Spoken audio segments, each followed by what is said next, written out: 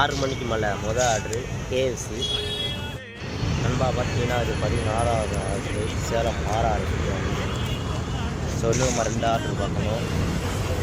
Order வந்து கொடுக்க போகிறது லாங்காக இருக்கலாம்.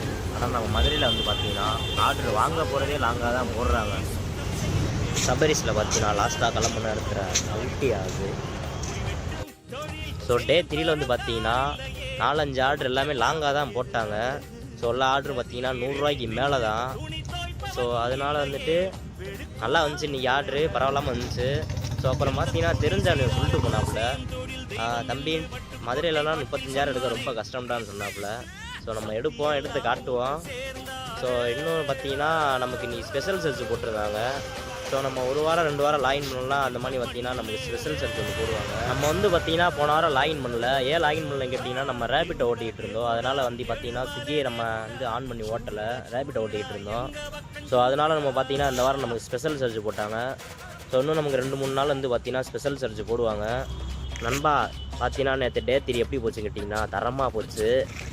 டே 3ல் நம்ம நேற்று எவ்வளோ ஓட்டினோம்னா 1152 ரூபா ஓட்டியிருந்தோம். ஸோ நம்ம பார்த்தீங்கன்னா பெட்ரோல் 200 ரூபாய்க்கு போட்டோம். 200 ரூபா மைனஸ் பண்ணோம்னா 952 ரூபா நேற்று ஓட்டியிருக்கோம்.